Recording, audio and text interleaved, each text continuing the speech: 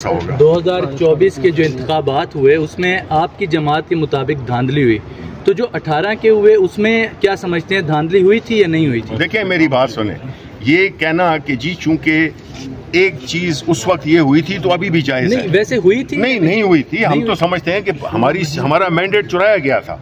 18 में भी हमारा मैंडेट चुराया गया था। 18 में भी हमारी सीटें कम की गई थी, जिसकी वजह से हम पूरी जी आरटीएस को बिठाया गया था। ठीक है, इस दफा जो है तो फॉर्म 47 है।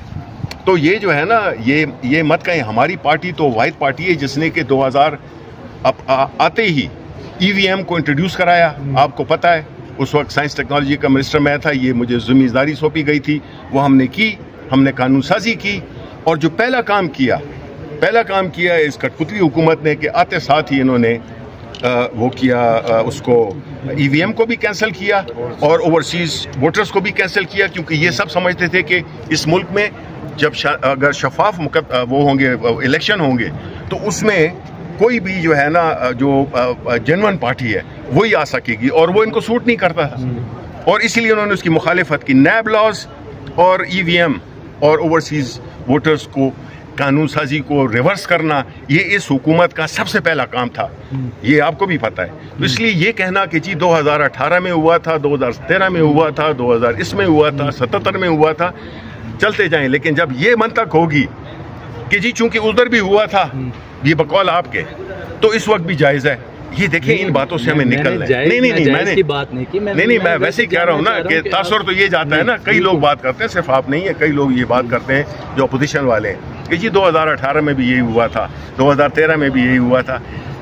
मकसद ये है कि हमने अपनी तरफ से शफाफ इंतखाबात जो है वो टेक्नोलॉजी के थ्रू कराने के, और उसमें हम सिटिंग गवर्नमेंट थे। जो सिटिंग गवर्नमेंट होती है उसके पास बड़े एडवांटेजेस होते हैं। हमने उसको हटा के हमने कहा कि जो इस मुल्क की अगर जमहूरियत ने आगे चलना है, इस मुल्क ने आगे चलना है, तो उसमें साफ और शफाफ इंतखाबात होने चाहिए। अच्छा, आखिरी सवाल ले लीजिएगा। ये हुकूमत तो कठपुतली है, ये वैसे भी सब लोग जानते हैं, अच्छे तरीके से जानते हैं। तो जो आपकी हुकूमत थी वो आज़ादी के साथ काम कर रही थी, सही तरह कोई मुदाखलत नहीं थी, कोई टेंशन नहीं, इस तरह की फस्तायत नहीं थी जो कि इस वक्त हमने लोगों को इस तरह से नहीं उठाया था। हमने किसी के जो MNAs हैं, MPAs हैं, उनको इस तरह से नहीं उठाया था। हम घर लोगों की, खवातीन के लोगों के घरों में हम नहीं गए थे। हमने चादर और चार दीवारी की वो नहीं की थी। ये जो है इस किस्म की जो चीज़ें हुई हैं, हमने 100 200 मुकदमात नहीं बनाए थे किसी भी पार्टी के लीडर पे, और जो मुकदमात चल रहे थे वो इन्हीं दोनों ने आपस में एक दूसरे पे बनाए हुए थे। पीपल्स पार्टी ने नून पे, नून ने पीपल्स पार्टी।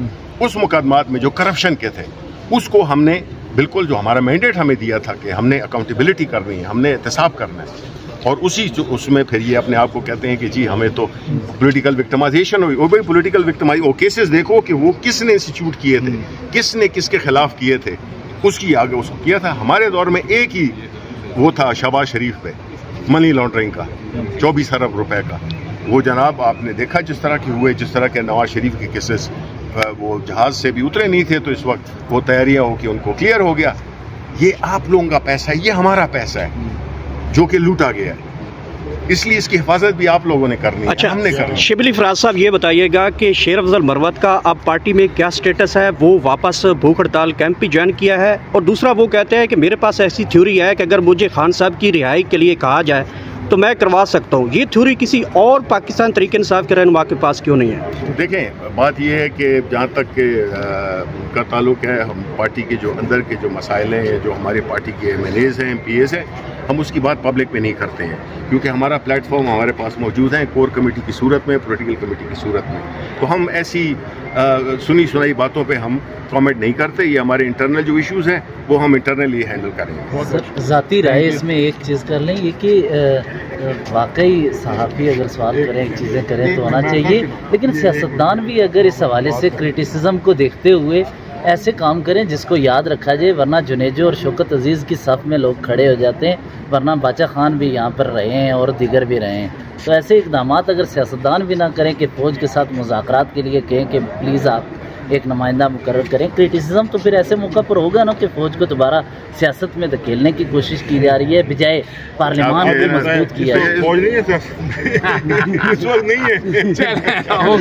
पार्टी और पाकिस्तान मुस्लिम लीग नून, उनकी लीडरशिप ने हमेशा अपनी ज़ाती मफादात को तरजीह दी है और अवाम को उन्होंने पीछे रखा है। इसी वजह से कि पिछली मेजॉरिटी अगर आप देख लें, गैर सियासी तौर पे भी आप देख लें कि कितना अरसा हुकूमतों में ये लोग रहे हैं।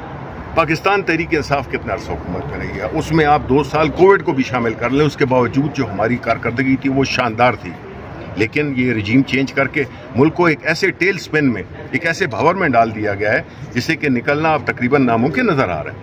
अच्छा, उसके साथ मुज़ाकरात में तनकीद हो रही है खान साहब के ऊपर भी कि फौज किस हैसियत में मुज़ाकरात में शामिल होगी। देखें, खान साहब ने अगर एक स्टेटमेंट दिया है तो वो सियासी सूझबूझ भी रखते हैं, हमारे लीडर भी हैं, और उन्होंने जो बात कही है तो वो उन्होंने पूरे उनसे ज़्यादा स्ट्रगल किसका है, किस सियासी जमात का, किस सियासी लीडर का है। बंदा बैठा हुआ है, अगर आपने देखा है कि वो डीलें कर रहा है जिस तरह के नवाज शरीफ ने की थी और 1 महीना नहीं रहे और फिर भाग गए, इसी तरह जरदारी।